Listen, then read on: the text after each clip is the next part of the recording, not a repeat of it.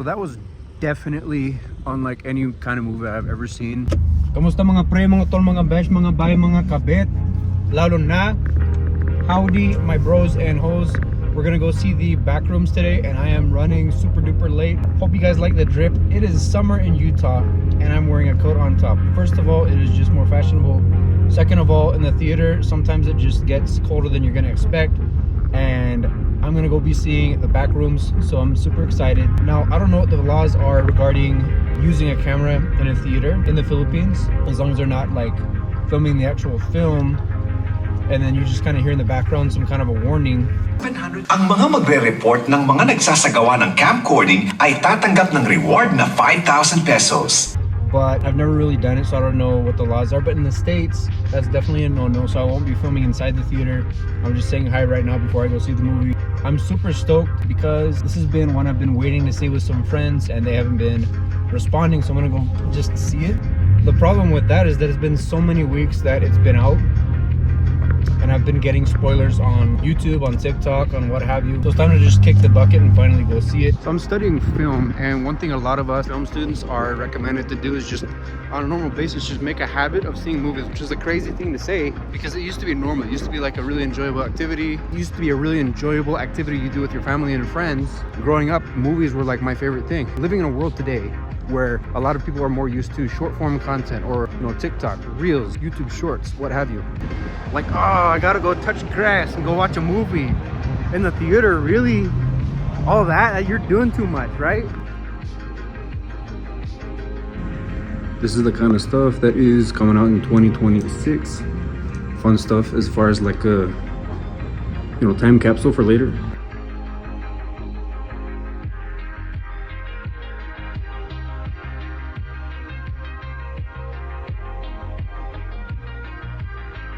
One eternity later.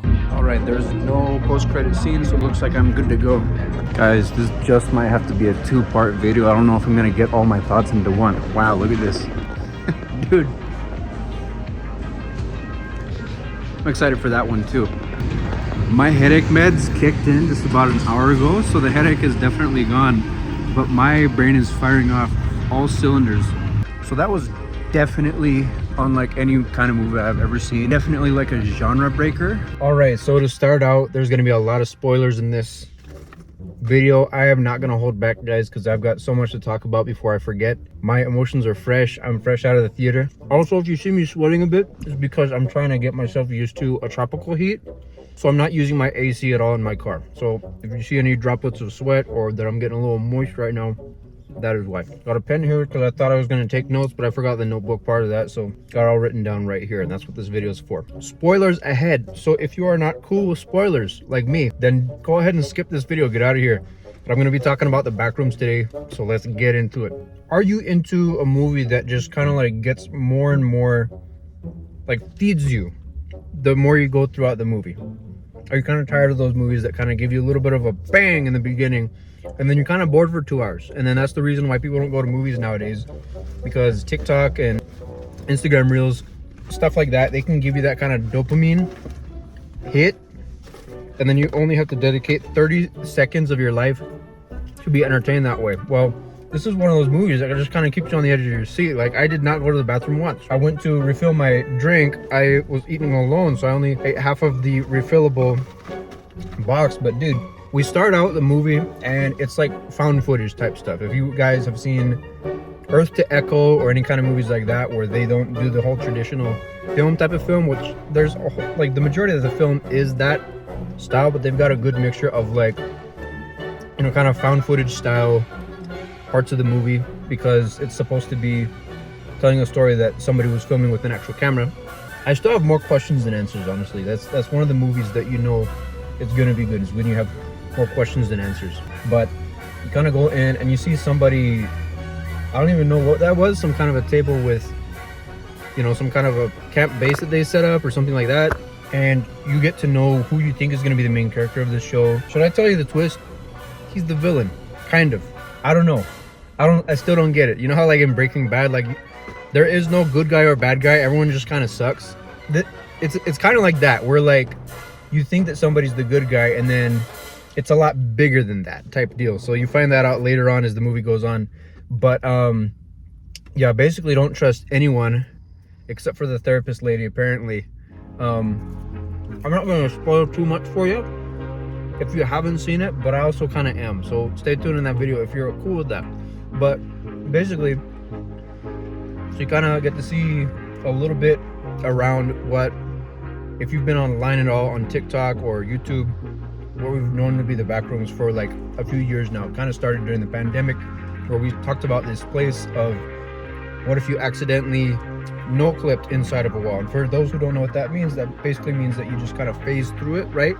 Like if you've ever seen a movie where somebody has ghost-like powers where they can walk through walls or something like that, in video games or kind of online horror like this, no clipping just means that you're gonna kind of phase through the wall like that, like the wall isn't even there. Basically, you just kind of walk through it. And for those of you who are new to the concept of the Backrooms, you might not be like all that cultured with the online stuff that's been going on for the last few years that a lot of us have been obsessing over. And then we got this giant bone thrown, a movie about it, where basically there's these endless hallways of an empty office space from like the 90s where everything's just kind of yellow, and that's just like the first layer. There's like literally thousands of layers to this multiversal kind of hellscape. One thing that is really cool about the Backrooms, like liminal spaces aesthetic, is it makes absolute love to the 90s and early 2000s aesthetic, because a whole part of this idea is that you're taking your mind to this space of, you know, nostalgia. Things are a little bit wacky, but you get this kind of tinge of how things used to be in a time where things were more simple. And we're living in a time of late stage capitalism. So for a lot of people, this is like a little bit of an escape, because especially if you're an introverted person, you go to a space like this and it feels like home. Like there's this space that was definitely intended for a human purpose, but there's none of the other people to bother you, cause you problems. Maybe you've gone through traumatic things with other people that were in your life, and it's a bit of an escape, kind of like exploring the concept of this. But in the same vein, it's kind of creepy, because it's like, oh, is anyone here? Why is no one here? What's going on? And one critique that I heard from a friend of mine who watches a lot more horror movies than I have in my lifetime is that she doesn't like it when we get too much revealed about the actual threat in the movie, because part of that psychological part of watching it is that you don't know what's going on, right? And so when you get little bits kind of like shown to you, it's like, oh, so you are the cause of all of this. But the way that they edited the film, even though we see like what is revealed to be happening, you still get these moments of like, oh crap. You know, you don't get a moment to just sit down. You're gonna be at the edge of your seat. And I had a lot of moments where I didn't know what Clark was gonna do. They're having this kind of scene where they're sitting down at a table, and again, spoiler alert, but his what was her name, Lisa? Sarah, the female lead of the show, she's like tied down to a chair, and she used to be like the psychiatrist, therapist, or whatever that person is that listens to you talk about your feelings and stuff like that. He's like the one that's in control now, because he's decided that this place that he lives is his home now. And he begins eating the people that are there as if it's no big issue, and you think that he's seriously about to harm her, and technically he does, but you're just like on the edge of your seat. What is he gonna do?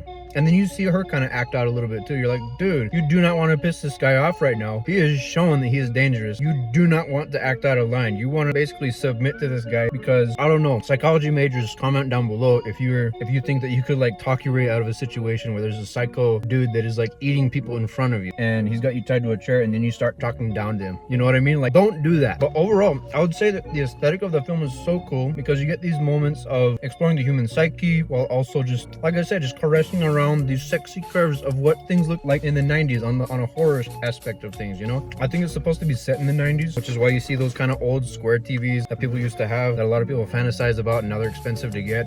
Like, did you guys ever have that Disney one? I'll put it on the screen here somewhere. But dude, I'm gonna close that off right there because the video is already super long, but I'm gonna do a part 2. So stay tuned, because I'm probably gonna release that tomorrow. Whatever day this releases, stay tuned for part 2. And before you get into it, guys, I love you. Go make good financial decisions. Go see some good movies. Take care of your mental health. Stay tuned for part 2. And baboosh, I'm not gonna kiss the camera because I'm absolutely steaming, but I really love you. Like and subscribe if you haven't. Stay tuned for part 2.